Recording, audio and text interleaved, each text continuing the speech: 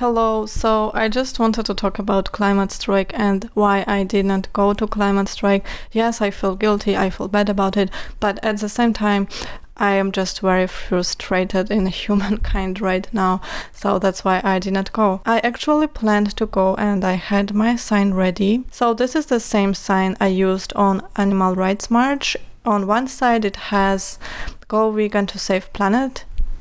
I was thinking to change it to "Go vegan if you really care." And on the other side it says "Help farmers switch to plant agriculture."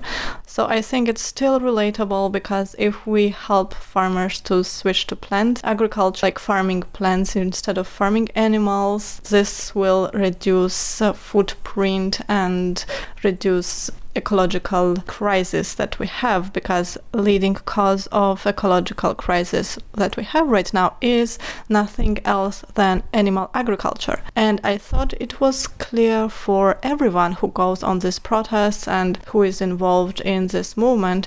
But then I watched a video from Eathling Ed and I was just so angry and frustrated about people. And I'm not talking about the guy in yellow shirt that he interviews, I think he was the first one, because this guy is very simple. He just says, "Hey, I love meat, I don't want to change." And I'm kind of fine with that, because I think I know this kind of people in real life, and actually they have a chance to go vegan, because if, for example, Beyond Meat and other companies like that suggest good products and it becomes mainstream, they will just switch to it. And well, many people will switch to it, but they will not really do this,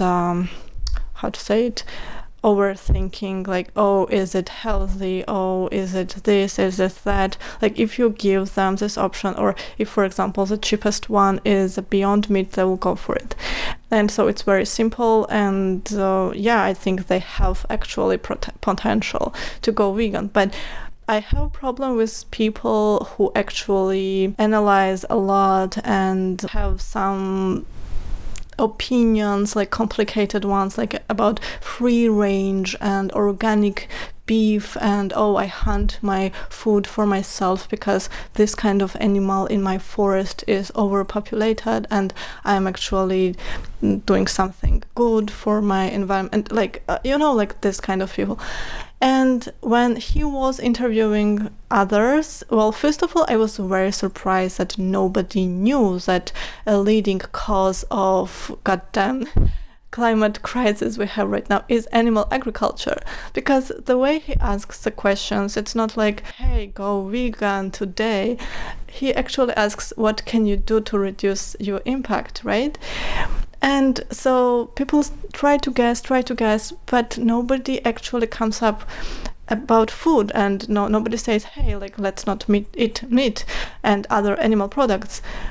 And so I was so surprised, because every day I go to social media and I just see lots of posts and articles and studies about animal agriculture and its effect on environment. And these people somehow don't know about it.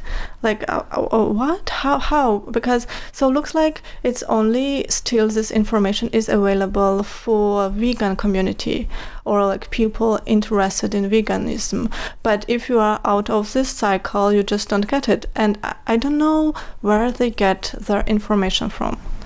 Is it from school, or like what's their social media feed looks like? Because hey, you go to this protest and you want government to have some actions, but at the same time you're not informed what's the leading cause of climate emergency, and it just doesn't make sense. And then of course finding excuses because it's not convenient, it's not cheap and stuff like that. I understand that. In my life there was a period when I couldn't cook and I relied on frozen food, so all I could do is go and buy a frozen pizza or lasagna or something like that in store, and then microwave it for 4 minutes, and that was my dinner every day.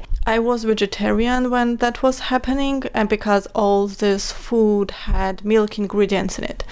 But let's say I know about it and I can't cook right now, but I can still go and protest and tell the government, hey, like switch to plants and help farmers to actually start farming only plants, and it will be cheaper for everyone because you need to farm these plants and then feed to farm animals, right? So that you can produce this one animal product. But if you just remove this middleman, which is animal, and just give subsidies to farmers to just farm beans and legumes and stuff like that, okay? And then all this frozen food is actually like bean curry or like lentil soup and I don't know, like vegan lasagna. It's very easy to make vegan lasagna or vegan pizzas because right now it's combined, right? So you get vegan pizza, but at the same time it's gluten-free, it's organic, and it costs 3 times more than pizza with cheese. But what I mean is that you can still go and demand from government to change this, and then you will just automatically become vegan because your frozen food will not have milk ingredients anymore, right? So you can still demand and still protest what's going on today in stores if you are not vegan, and that's totally fine because you might have something going on in your life. It might be school or other stuff, and it's totally understandable because right now we are just pushed to eat milk ingredients and meat like in every food almost. And so even after Ed kind of clarified all the stuff to these people, and some of them were even sarcastic to him, and I was like, oh, wait a minute, so you don't want animal agriculture to change? Because that's what I thought was one of the big part of this protest, and I was just I just did not understand it correctly. So what we want actually is that, okay, so fix environment somehow, make sure that climate crisis doesn't happen, apocalypse doesn't happen, so that we can happily continue consuming farm animals and happily continue just ignoring this torture and abuse and this horrible life that 56 billion animals experience annually, right? Because we kill about 56 billion farm animals right now. And I thought, like, you know what? I'm not fine with that. I don't want this kind of future. I don't want to support, to keep animal agriculture the way it is right now. And then to think about it. So let's say this apocalypse happens, okay? And everyone suffers. People suffer.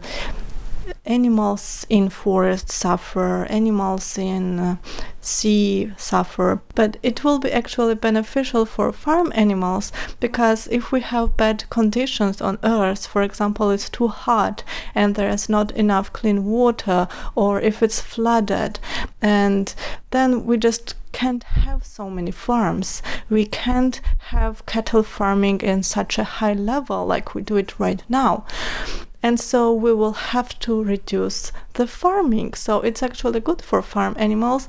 And let's say then civilization just collapses or like whatever happens, yes, it will affect humans, but then the earth will regenerate itself.